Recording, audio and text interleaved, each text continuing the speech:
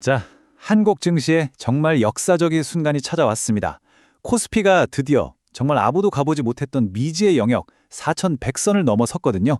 그래서 오늘은 이 숫자가 대체 뭘 의미하는 건지 그 속을 한번 제대로 들여다보겠습니다. 41,075.5. 네, 바로 이 숫자입니다. 지난주 우리 증시가 찍은 바로 그 지점이죠. 이게 그냥 숫자에 불과한 게 아니라 어쩌면 한국 경제의 새로운 가능성을 알리는 아주 강력한 신호일지도 모릅니다. 하지만 이렇게 시장이 뜨거울 때 우리는 한 발 물러서서 이런 질문을 던져봐야 합니다. 과연 지금이 엄청난 부를 손에 쥘 수 있는 새로운 기회의 문일까요? 아니면 모두를 위험에 빠뜨릴 수 있는 아찔한 함정일까요? 오늘 분석의 핵심이 바로 이겁니다. 그럼 도대체 이 4100이라는 숫자는 어떻게 만들어진 걸까요? 미래를 예측하려면 일단 과거부터 제대로 알아야겠죠. 이번 랠리를 만들어낸 이른바 퍼펙트 스톰의 실체를 하나하나 뜯어보겠습니다. 이번 상승장은요, 딱 한 가지 이유 때문이 아니에요. 먼저 미중 무역 갈등이 좀 풀리면서 전 세계적으로 이제 좀 투자해볼까 하는 분위기가 만들어졌고요. 여기에 미국 중앙은행이 곧 금리를 내려서 돈을 풀 거라는 기대감까지 붙었습니다. 그리고 가장 결정적인 건 바로 AI 반도체 수요가 그야말로 폭발한 거죠. 이 세 가지 엔진이 정말 완벽한 타이밍에 맞물려 돌아간 결과입니다. 자, 그럼 이렇게 시장이 뜨거웠는데 모든 투자자들이 다 같이 환호성을 지르며 주식을 사들였을까요? 글쎄요, 데이터를 한번 열어보면 전혀 다른 그림이 펼쳐집니다.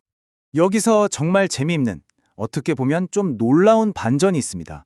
이 엄청난 랠리를 만든 건 다름 아닌 외국인과 기관, 그러니까 우리가 흔히 말하는 큰 손들이었단 말이죠. 그럼 개인 투자자들은 뭘 했을까요? 정반대였습니다. 오히려 주식을 대거 팔아치웠어요. 아마 오랫동안 물려있던 주식이 드디어 본전이 오니까 이때다 하고 파는 움직임도 있었을 거고, 또 너무 갑자기 오르니까 불안한 마음에 파는 분들도 많았던 걸로 보입니다. 숫자로 보면 이게 훨씬 더 명확해져요. 지난주 딱 일주일 동안 개인들이 무려 2조 원어치가 넘는 주식을 팔았고요. 이 물량을 외국인과 기관이 그냥 싹 다 받아갔습니다. 시장의 주도권이 완전히 넘어가는 이른바 손바뀜이 일어난 거죠. 그런데 말이죠, 우리가 여기서 진짜 주목해야 할 숫자가 하나 더 있습니다. 바로 85조 원. 이게 뭐냐면 증권계좌에서 주식을 사려고 대기 중인 돈, 그러니까 고객 예탁금 규모입니다. 역대 최대치예요. 시장에선 이런 돈을 드라이 파우더, 마른 화약이라고 부르는데요. 이 85조 원이라는 어마어마한 실타는요, 나만 돈 못 버는 거 아니야 하는 포모, FOMO 심리를 자극해서 시장을 더 뜨겁게 만들 수도 있고요. 반대로 시장이 좀 주춤할 때 지금이 기회다 하면서 들어와서 시장을 받쳐주는 안전판 역할을 할 수도 있습니다. 정말 양날의 검인 셈이죠. 그런데 이번 랠리의 속을 좀 더 깊숙이 들여다보면 살짝 불안한 구석이 하나 보입니다. 이 차트 보시면 바로 아시겠지만 이번 상승의 거의 70%가 AI 반도체 딱 하나에 집중되어 있어요. 자동차, 화학, 바이오 다 합쳐도 반도체에 비하면 미미한 수준이죠. 지금 우리 시장은 사실상 한쪽 다리로만 서 있는 거나 마찬가지입니다.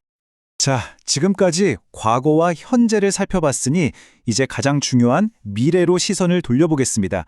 바로 이번 주 시장의 운명을 가를 단 하나의 메인 이벤트가 우리를 기다리고 있습니다. 이번 주 전 세계 투자자들의 눈과 귀는 딱 한 곳으로 쏠릴 겁니다. 바로 한국 시간으로 금요일 밤 10시 반, 미국에서 10월 고용보고서가 발표되는 바로 그 순간이죠.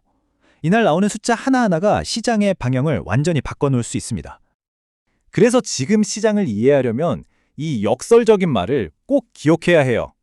좋은 소식이 곧 나쁜 소식이다. 아니, 경제가 좋다는 소식인데 왜 시장에는 나쁜 소식이라는 걸까요?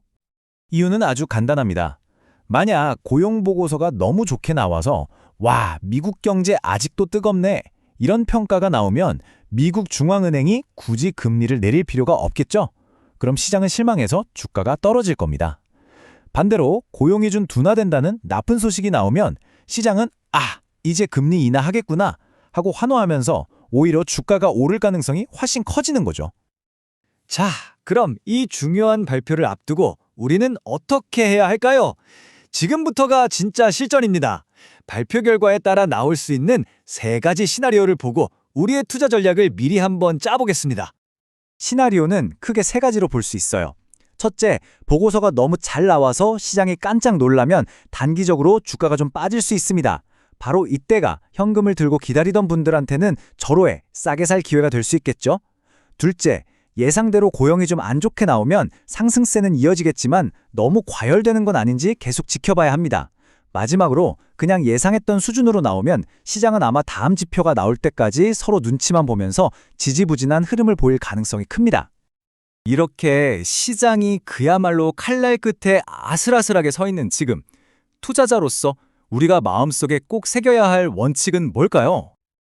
딱 4가지로 정리해 드릴게요. 첫째, 무조건 리스크 관리가 먼저입니다. 수익 난 게 있다면 일부는 팔아서 현금으로 갖고 있는 것도 좋은 전략이에요.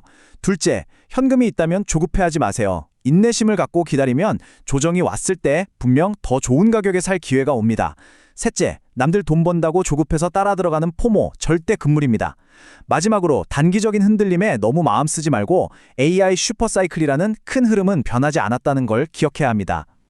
이 모든 걸 딱 한 문장으로 요약하면 바로 이겁니다. 전략적으로는 낙관하되 전술적으로는 신중하라. AI가 만들어갈 미래라는 큰 그림은 긍정적으로 보되 당장 눈앞의 위험에는 아주 신중하게 조심스럽게 대응해야 한다는 뜻이죠. 이제 운명의 시간이 다가오고 있습니다. 금요일 밤 그 숫자가 발표되는 순간 여러분은 그냥 시장 분위기에 휩쓸려서 허둥지둥 반응하실 건가요? 아니면 모든 시나리오에 대한 준비를 마치고 의연하게 대처하는 투자자가 되실 건가요? 그 선택은 여러분 각자의 몫입니다.